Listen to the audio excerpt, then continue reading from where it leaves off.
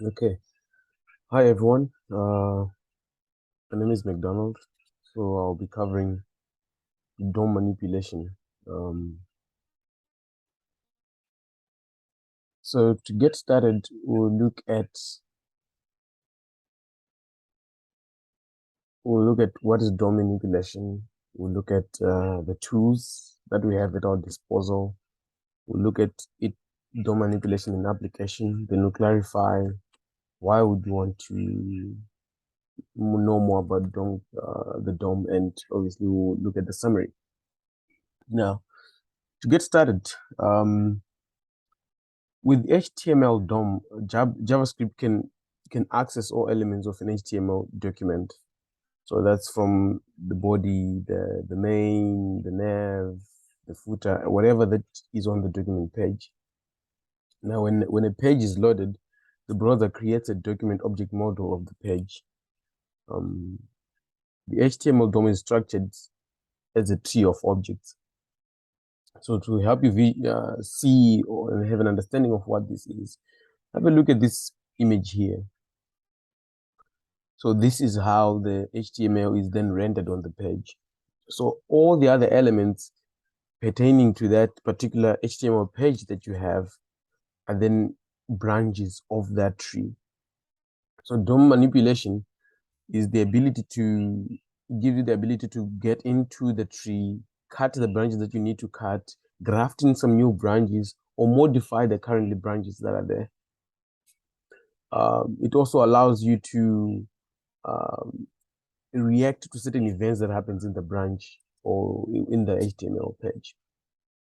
Now, how do you get to do such stuff? Well, lucky for us, we have tools at our disposal. And when you think about the tools that you have, we have functions or methods that that are built in within JavaScript. Then you have properties that allow you to work around manipulating the DOM. What are some of these functions? I'm not going to share all of them, but I'll share some of them. Some of them is functions such as get element by ID, get element by tag name, get element by class name, a query selector, add event listener, create element, remove child, append child, replace child, write text. These are all functions that are within your disposal to use when you're manipulating the DOM. Properties, you can use inner HTML, attribute, style, property. Okay. So I like to learn by actually doing something through application. So here's an example of something that I did a while last week. You can have a look at these and try to understand what was happening. But what I'll do now is that I'm going to share with us a practical example of how we can be able to manipulate the DOM. So I'll go here at W3 Schools. If you want to understand more about that, you can also use MDN Web Docs. It's a very good textbook to use. But to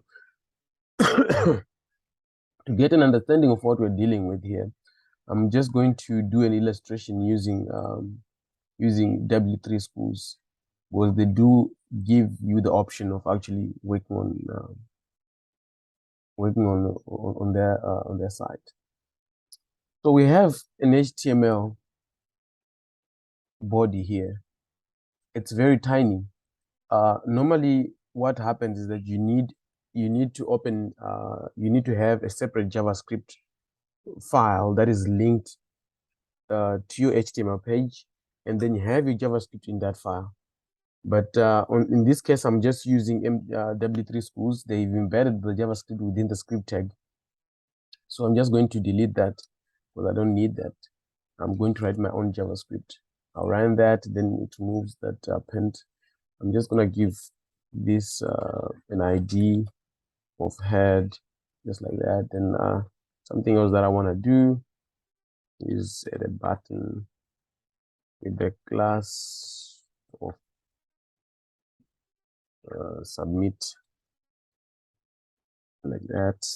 close the button, just like that. Okay. If I run that, I have a button here that's not just showing, but if I then say click me and run it again, then I have that button rendering. Now I want to show you how I can basically add more elements to this small app. And how are we going to do that? Well, let's say I would just want to add text under this my first page. I can basically say document, which is what we discussed earlier on when we looked at that picture. There's document, then there's the root, and goes on. So I say document, I'm referring to the HTML document. I want to use the function get element by ID. So I'll say get element by ID, like that. So what I'm telling now my JavaScript, I'm saying, look, go into the document and get an element that has the ID of demo. And now I want you to go into this is now I've used basically the function. Now I want you to go into the inner HTML of that particular element, and then I want you to set that that text, that inner HTML. I want you to set it to let's say in here, like that. So now let's see if I did it right, if it will run. If I run, then there you go. So I've been able at this moment I basically manipulated my HTML, particularly the p tag, the p element. It's empty here, but once I've done this, I've added I am here. Now to drive the nail further in and to drive my point across, what I wanted to do is at the moment, if you click this button, it's not doing anything. It's because I've not added any functionality to this button. I'm going to then manipulate the DOM using this button. I'm going to manipulate my HTML tag. And how am I going to do that? I want to create a function in here that is going to be named change. Okay. And then in this function, I want to put in this same line, but instead of saying I'm here, I want it to say Cape Town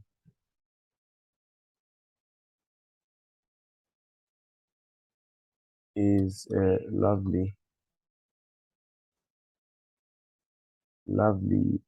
peaceful. Now let me say lovely and peaceful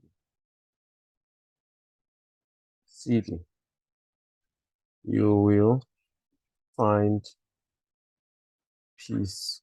You will find let's say serenity here. So that's what I want that to do. And I also want it to reach out document dot get element by ID, just like that. And I want it to go and get the ID of head, which is my h2 element. Then I want it to set to the inner text, the inner HTML, sorry, to welcome to Cape Town, just like that. Now, close that. Let me close that. Now, this is all that I want to do. I'm gonna close my function here. If I run it, you see that nothing is yet happening yet, even on the button. That's because this is just a function. I haven't really added anything else to the button to help it with functionality and respond to whatever that I'm going to do. One thing that you can do when you're manipulating the DOM is that you can actually add what we call an event listener. If you come back to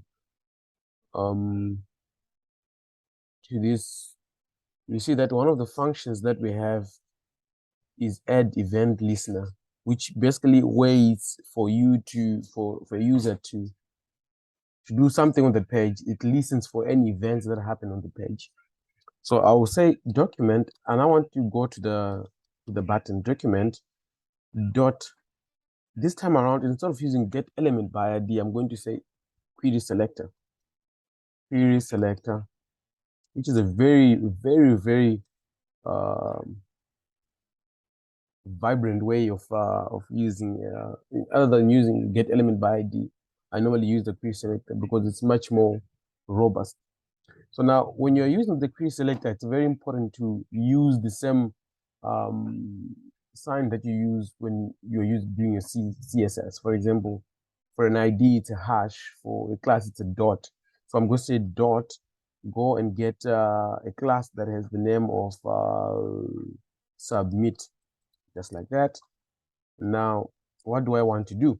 Once it gets that, I want to call another function, which is called add event listener. Okay, I usually get the spelling wrong here. Add event listener. Now, what do I want to do? Within this function, I'm going to call two arguments. And the first argument is that on click, I want it to, whenever it's going to listen for a click. And when it's clicked, it's going to call the function change. This function change. Now, if I run it, nothing is happening yet. But if I come and click, let's see if I will need to debug or correct it. I did right. There you go. So if I run it again, you see this is initially how the app is like. But now if a user is using my app and they say, oh, let me click that. It then says, welcome to Cape Town. Cape Town is lovely and peaceful city. You will find serenity here. So I've added an event listener. I've also changed the inner HTML of my H2 and my P. So that's a little bit of an example of what you can do through manipulating the DOM, right?